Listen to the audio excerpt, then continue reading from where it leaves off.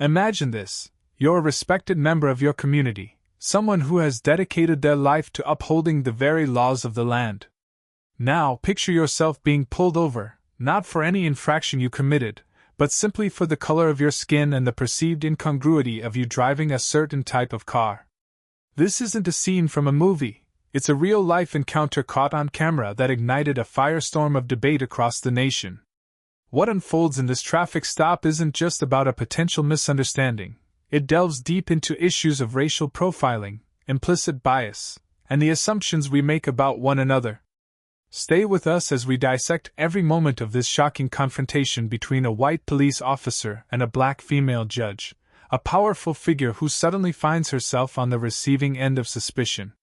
The footage is raw, the tension palpable, and the questions it raises are more important than ever. Get ready to witness a moment that exposes uncomfortable truths and challenges our perceptions. Let's unravel this story together. The afternoon sun beat down on the asphalt as Judge Eleanor Thompson navigated her sleek, charcoal-gray sedan through the tree-lined streets of Oakwood Estates. It was a familiar route, the kind she'd driven countless times on her way home from the courthouse. The day had been long, filled with the nuanced arguments of legal proceedings and the weight of judicial decisions. Now, she looked forward to the quiet solitude of her home, a place where she could shed the formal robes and simply be Eleanor. As she approached a four-way intersection, the flashing blue and red lights in her rearview mirror pierced the calm. A wave of mild surprise washed over her. She checked her speedometer. She was well within the limit. Had she missed a signal? Frowning slightly, she signaled and carefully pulled over to the side of the road, the expensive tires of her car crunching softly on the gravel shoulder. The police cruiser, a stark white SUV with the insignia of the Oakwood Police Department emblazoned on its side, stopped a respectful distance behind her. Eleanor lowered her window, her hands placed visibly on the steering wheel, a habit ingrained from years of observing countless traffic stops from the bench. A moment later, a white officer, his name tag reading, Officer Miller, approached her vehicle. He was young, perhaps in his late 20s, with a stern expression that seemed at odds with his youthful appearance. "License and registration, please," he stated, his tone neutral but firm. Eleanor calmly reached into her purse, retrieving her driver's license and the car's registration. As she handed them over, she offered a polite, "Good afternoon, officer." Officer Miller took the documents without acknowledging her greeting. He glanced at the license, then at Eleanor, and then back at the license. A beat of silence stretched between them, a silence that began to feel subtly charged. Then, he asked a question that immediately shifted the tenor of the interaction. "Ma'am, is this your vehicle?" Eleanor blinked, a flicker of surprise crossing her face. "Yes, officer, it is." She gestured slightly to the registration she had provided. "It should be in my name." Officer Miller didn't look at the registration again.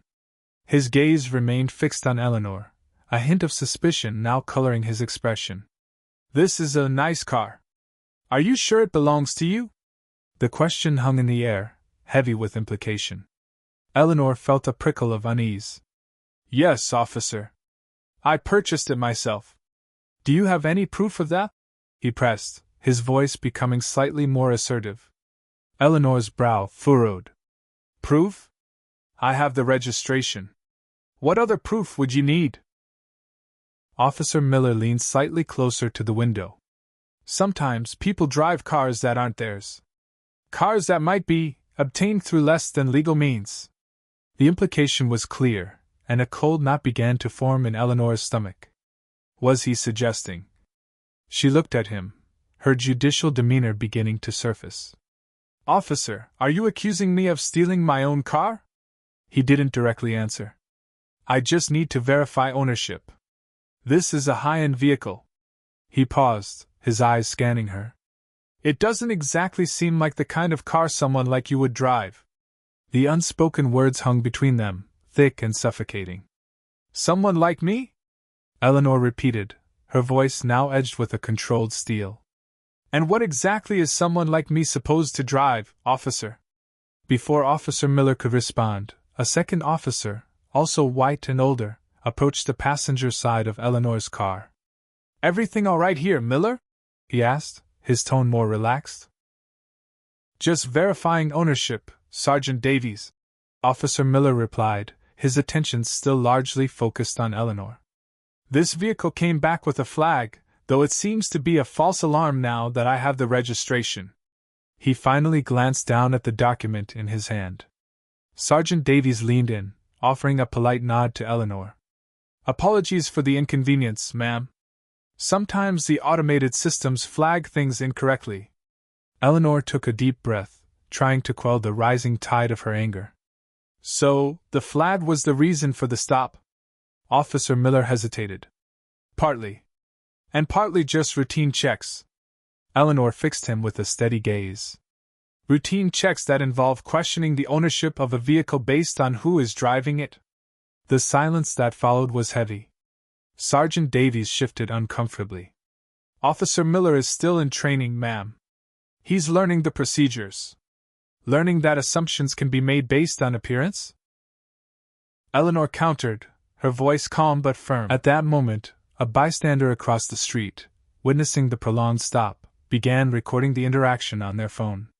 The small red light of the recording app blinked steadily, capturing the tense exchange. Neither officer seemed to notice yet. Officer Miller, perhaps sensing the shift in the atmosphere, finally handed back Eleanor's license and registration. "Everything seems to be in order, ma'am.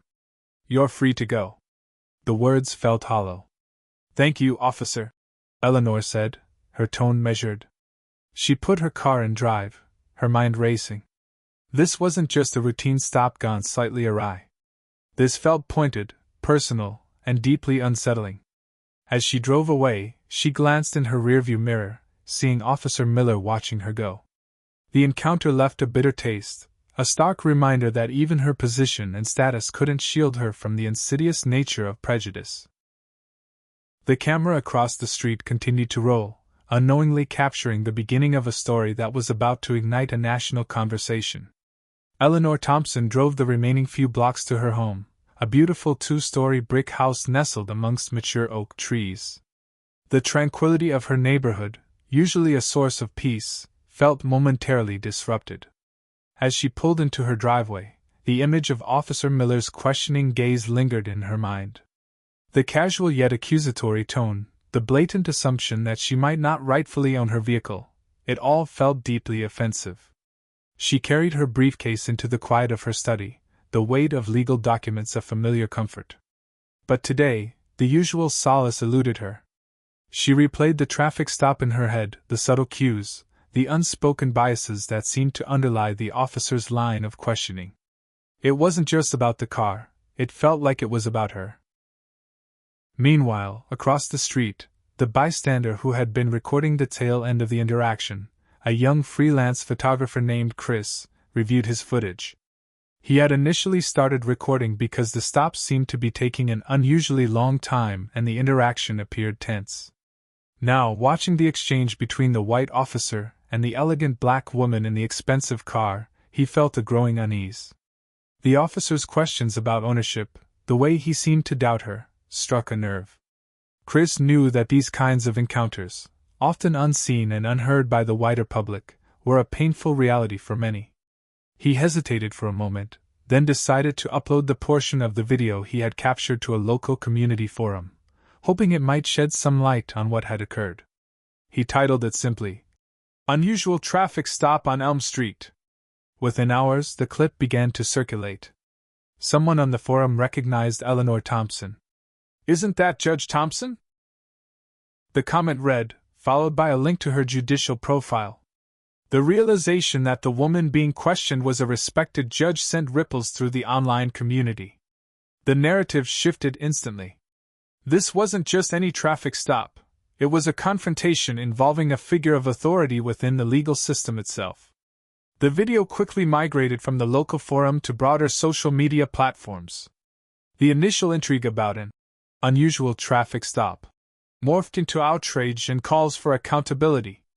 People dissected Officer Miller's words, his tone, and the very premise of questioning a driver's ownership of their vehicle based on their race and the perceived value of the car. The hashtag driving while black began to trend, fueled by the video and the collective experiences of countless individuals who had faced similar situations. The comments sections exploded with personal anecdotes, shared frustrations, and demands for an explanation from the Oakwood Police Department. Initially, the police department remained silent, perhaps hoping the small online fire would die down. However, the growing momentum of the video proved otherwise. Local news outlets picked up the story, amplifying its reach. Suddenly, the unusual traffic stop was front-page news. Eleanor, initially unaware of the digital storm brewing, received a concerned call from a colleague at the courthouse. "Eleanor, have you seen what's online?" Her friend, Judge Davies, no relation to the sergeant, asked, her voice filled with concern. Eleanor frowned. "No, what is it?" Judge Davies explained the video, the online discussions, and the fact that it was rapidly gaining traction. Eleanor felt a cold wave of disbelief wash over her. Someone had recorded it? And it was now public? Reluctantly, she opened her laptop and searched online. There it was, grainy footage of the latter part of her traffic stop, the audio capturing Officer Miller's questions and her responses. Reading the comments, the outrage, and the support, Eleanor felt a complex mix of emotions: anger at the initial treatment, a sense of violation at the public exposure of a private moment, but also a quiet understanding of why this resonated so deeply with so many. The pressure on the Oakwood Police Department intensified. The mayor's office began receiving calls. Community leaders issued statements. The local NAACP chapter announced plans for a press conference. What had started as a seemingly routine traffic stop had spiraled into a significant incident, forcing a community to confront uncomfortable truths about race and policing. Eleanor, still processing the event, knew that this was no longer just about her. It had become about the broader issues the video had inadvertently highlighted. She began to consider her next steps, aware that her position as a judge carried a certain weight and responsibility in this unfolding situation. The quiet of her study was now filled with the echoes of a public debate, a debate sparked by a single, recorded moment on a sunny afternoon. The digital world had amplified her experience, turning a personal indignity into a potential catalyst for change. The Oakwood Police Department, initially silent, found itself under increasing pressure to address the viral video. The local news ran segments featuring the footage, juxtaposing it with Judge Thompson's distinguished profile and highlighting her position within the judicial system. The narrative was clear: a respected black female judge had been subjected to a questionable traffic stop by a white police officer. Finally, a press conference was announced. Chief Michael Davies, no relation to Sergeant Davies, stood before a phalanx of local reporters, his expression somber. He began by acknowledging the video circulating online and confirmed that it involved one of their officers, identified as Officer Kevin Miller, and Judge Eleanor Thompson. Chief Davies stated that the department had launched an internal review to ascertain the full details of the stop. He emphasized the department's commitment to fair and equitable policing for all members of the community. He mentioned Officer Miller's relative inexperience and suggested that the stop might have stemmed from a combination of a system-generated flag on the vehicle, which he didn't elaborate on, and the officer's adherence to protocol in verifying vehicle ownership. However, his carefully worded statement did little to quell the growing public outcry. Many felt that it downplayed the obvious racial undertones of the encounter.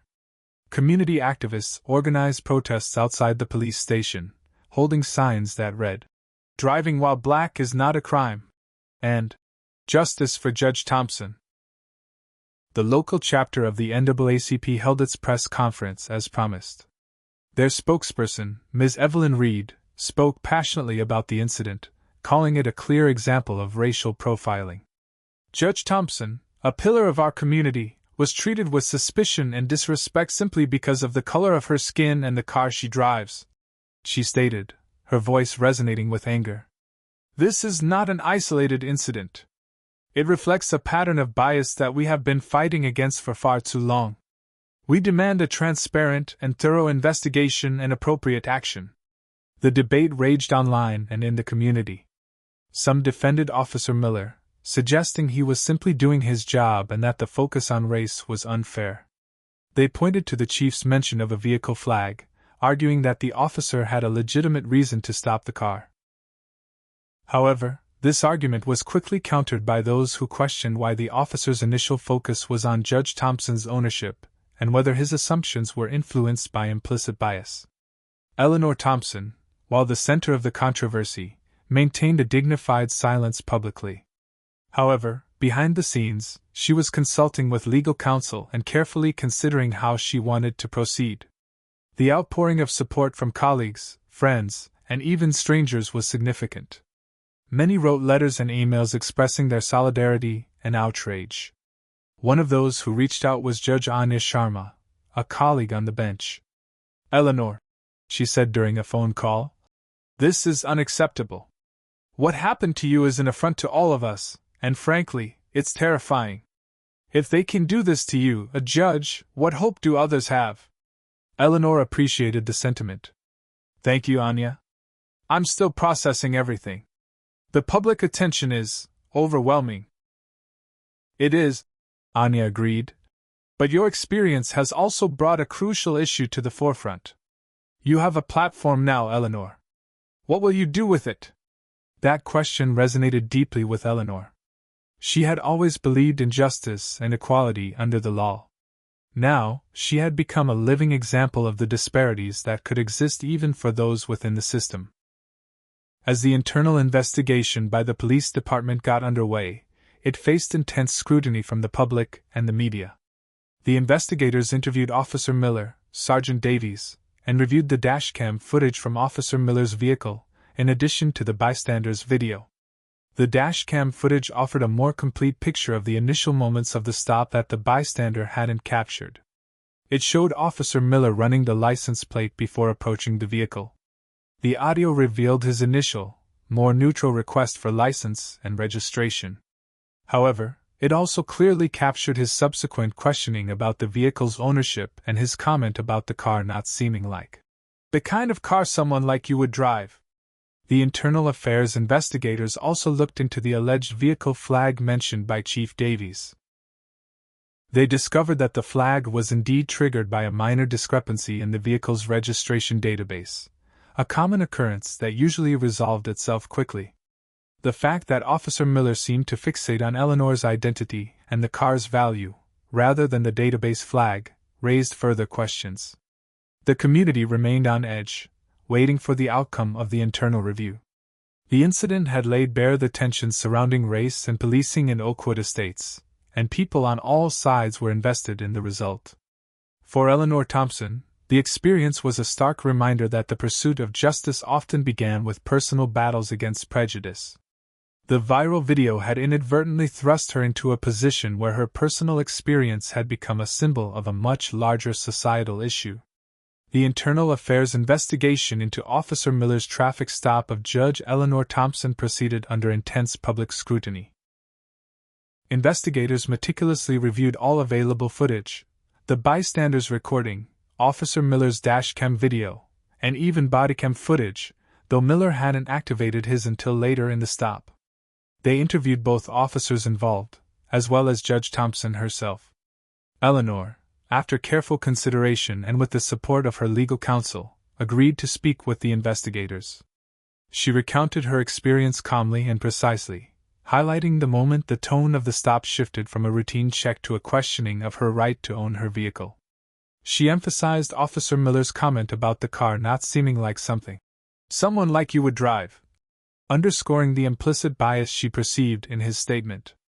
"As a judge," she told the investigators, her voice steady, "I am acutely aware of the importance of equal treatment under the law. What I experienced felt far from that. It felt like I was being judged not by my actions, but by my appearance." Officer Miller, during his interview, maintained that he was simply following protocol and investigating a vehicle that had triggered a flag in the system. He acknowledged his comment about the car but claimed it was not intended to be racially charged, rather an observation about the discrepancy between the vehicle and what he initially perceived. He stated that upon receiving Judge Thompson's registration, he realized the flag was likely an error and concluded the stop. Sergeant Davies corroborated Miller's account of the vehicle flag and suggested that Miller, being a newer officer, might have handled the situation with less tact than a more experienced member of the force. The Internal Affairs team also delved into Officer Miller's training records, looking for any prior incidents or indications of bias. His record was relatively clean, though some performance evaluations noted a need for improved communication skills and a greater awareness of community sensitivities. Weeks passed as the investigation continued. The community remained engaged, with regular discussions and debates in local media and online forums. The NAACP and other civil rights organizations kept the pressure on, demanding transparency and accountability. Finally, the Oakwood Police Department announced the findings of its internal review. Chief Davies held another press conference, his demeanor serious. He stated that the investigation had concluded that Officer Miller did not violate any explicit departmental policies regarding traffic stops. The vehicle registration flag provided an initial basis for the stop, and the officer ultimately released Judge Thompson without issuing a citation once the registration was verified. However, Chief Davies acknowledged that Officer Miller's communication during the stop, particularly his questioning of Judge Thompson's vehicle ownership and the comment he made, demonstrated a lack of professional judgment and could be perceived as exhibiting implicit bias. As a result, Chief Davies announced that Officer Miller would undergo additional training on implicit bias, community relations, and professional communication. He also stated that the department would be implementing more rigorous training for all officers on these crucial areas. The announcement sparked mixed reactions. Some felt that the outcome was too lenient, arguing that Officer Miller's actions clearly demonstrated racial profiling and warranted more severe disciplinary measures. Others believed that the additional training was a reasonable step towards addressing potential biases within the force. The NAACP issued a statement expressing their disappointment with the findings, calling them an insufficient response to a clear instance of racial bias. They vowed to continue advocating for systemic changes within the police department. Eleanor Thompson, through her attorney, released a brief statement acknowledging the findings and the department's commitment to additional training. While she did not explicitly express satisfaction or dissatisfaction, her statement emphasized the need for ongoing efforts to ensure equitable treatment for all members of the community. Privately, Eleanor felt a sense of weary resignation. While she appreciated the acknowledgement of the problematic nature of the encounter and the commitment to training, she couldn't shake the feeling that the underlying issue of bias had not been fully addressed. Her experience had become a public case study, but the deeper societal problems remained. The viral video, though no longer dominating the headlines, continued to circulate online, serving as a stark reminder of the incident. The conversation it ignited about racial profiling and implicit bias persisted, influencing local discussions and even prompting broader conversations about policing practices. For Officer Miller, the incident became a significant mark on his early career. He faced scrutiny from within the department and from the community. The additional training he was mandated to undergo would likely shape his future interactions and perspectives as a police officer. The Oakwood Estates community was left to grapple with the implications of what had transpired. The incident had exposed a fault line, forcing residents to confront uncomfortable questions about fairness, prejudice, and the role of law enforcement. The resolution of the internal investigation was not the end of the story. In many ways, it felt like the beginning of a longer, more complex conversation. Following the announcement of the Internal Affairs findings, Judge Eleanor Thompson found herself at a crossroads. She could recede from the public eye, allowing the controversy to gradually fade. Or she could leverage the platform her experience had inadvertently created to advocate for broader change. After thoughtful consideration and discussions with trusted advisors, Eleanor decided that silence was not an option. While she had not sought the public attention, she recognized the power of her story and the resonance it had with so many. She resolved to use her voice to promote dialogue and understanding. Her first step was to accept an invitation from a local community organization to participate in a town hall meeting focused on race relations and policing. The event was widely publicized and drew a large and diverse audience. When Eleanor took the stage, the room fell silent. She spoke not with anger, but with a quiet strength and a call for empathy. She recounted her experience, not to castigate Officer Miller, but to illustrate the subtle yet damaging impact of implicit bias. "What happened to me was a stark reminder that even those of us who believe we are immune to prejudice can be affected by it," she said. It highlighted the importance of continuous self-reflection and the need for our institutions to actively address systemic biases. Eleanor emphasized the need for open and honest conversations about race, not just within the community but also within the police department. She lauded the department's commitment to additional training but stressed that training alone was not a panacea. It needed to be accompanied by a genuine commitment to change at all levels. Her measured and thoughtful words resonated deeply with the audience. Many shared their own experiences of being subjected to unfair scrutiny based on their race. The town hall became a space for difficult but necessary conversations, fostering a sense of shared understanding and a desire for progress. Meanwhile, the viral video continued to have ripple effects. Law schools began using it as a case study in discussions about racial profiling and implicit bias. Police departments in other cities took notice, some initiating their own internal reviews of training protocols.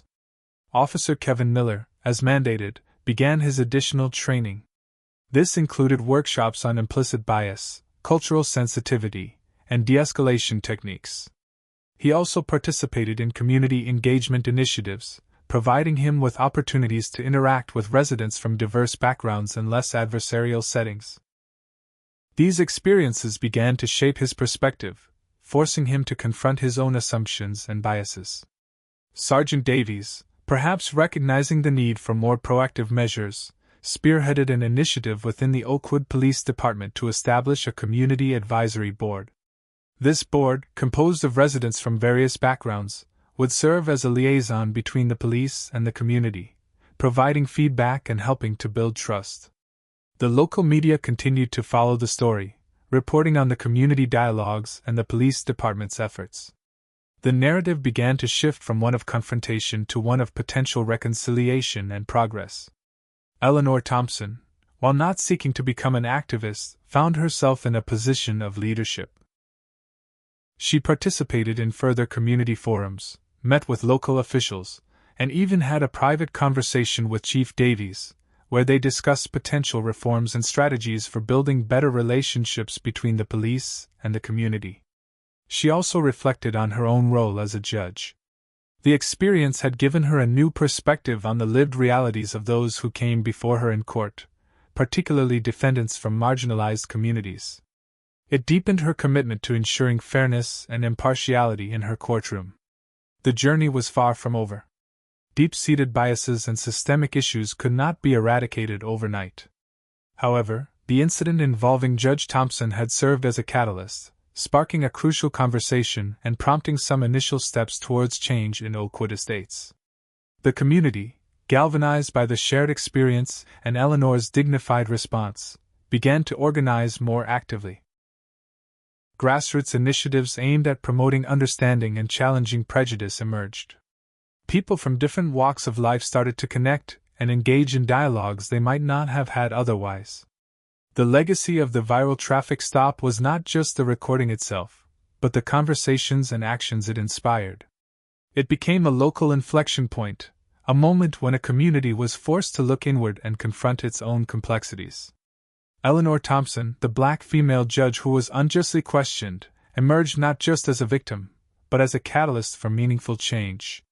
Years passed after the viral traffic stop that thrust Oakwood Estates into the national spotlight. The immediate outrage subsided, the news cycles moved on, but the seeds of change planted during that tumultuous time continued to grow, albeit sometimes slowly and unevenly. The Oakwood Police Department underwent significant transformations. The implicit bias training, initially mandated for Officer Miller, became a regular part of the curriculum for all officers, from recruits to veterans. The Community Advisory Board established by Sergeant Davies became a vital link, providing ongoing feedback and fostering a greater sense of trust between law enforcement and the residents they served. Officer Kevin Miller, shaped by his additional training and community interactions, showed a noticeable shift in his approach. While the incident remained a part of his professional record, those who interacted with him in the years that followed often remarked on his improved communication skills and a greater sensitivity in his interactions. It was a testament to the potential for growth and learning, even from difficult experiences. Judge Eleanor Thompson continued her work on the bench, her commitment to justice seemingly deepened by her personal experience. She became known for her insightful questioning and her unwavering dedication to ensuring that all individuals who appeared before her were treated with fairness and respect, regardless of their background. While she didn't become a full-time activist, she remained a respected voice in the community, occasionally lending her perspective to discussions on civil rights and equality. Oakwood Estates itself evolved. The intense conversations sparked by the video led to the formation of new community organizations focused on promoting diversity and inclusion. Schools implemented more comprehensive curricula on cultural understanding, and local leaders made conscious efforts to foster a more equitable environment. The incident served as a powerful, albeit uncomfortable, learning experience for the town. It highlighted the persistent challenges of racial bias, even in seemingly progressive communities. But it also demonstrated the capacity for dialogue, reflection, and ultimately, positive change. The viral video, though perhaps viewed less frequently over time, remained a digital artifact, a stark reminder of a moment that forced the community to confront its flaws and strive for better. It became a local touchstone, referenced in discussions about progress and the ongoing need for vigilance against prejudice. And what of the bystander, Chris, who captured the initial footage? He continued his work as a freelance photographer, his perspective perhaps broadened by the impact of his accidental recording. He occasionally reflected on how a seemingly ordinary afternoon traffic stop could ignite such a significant movement. The story of the white cop who accused a black female judge of car theft didn't have a dramatic, Hollywood-style resolution. There wasn't a singular moment of complete and utter change. Instead, it was a catalyst for a series of ongoing efforts, small steps taken by individuals and institutions striving to create a more just and equitable society in their corner of the world. The ending of this story isn't a full stop, but rather a comma, indicating a continuing journey. The biases that exist within individuals and systems are complex and deeply rooted, requiring sustained effort to dismantle. The events in Oakwood Estates served as a reminder that progress isn't always linear, but that even moments of conflict and discomfort can become opportunities for growth. So, while the camera stopped rolling on that particular traffic stop, the story of its impact continues to unfold in the lives touched, the policies changed, and the conversations that persist in Oakwood Estates. It's a story that reminds us that the pursuit of equality is an ongoing endeavor, one that requires courage, empathy, and a willingness to confront uncomfortable truths. And sometimes, it takes a single, captured moment to spark a movement towards a more just future. And that brings us to the end of this powerful and thought-provoking story out of Oakwood Estates. What did you think of this encounter and its aftermath?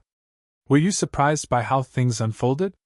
We'd love to hear your perspectives in the comments below. Have you ever witnessed or experienced something similar? Share your thoughts. Let's keep this important conversation going. If you found this story insightful and want to see more content like this, please give this video a thumbs up. It really helps us out. And of course, don't forget to subscribe to our channel for more compelling stories, discussions, and deep dives into real-world events. Hit that subscribe button and the notification bell so you don't miss our next video. Thank you so much for watching, and we'll see you in the next one.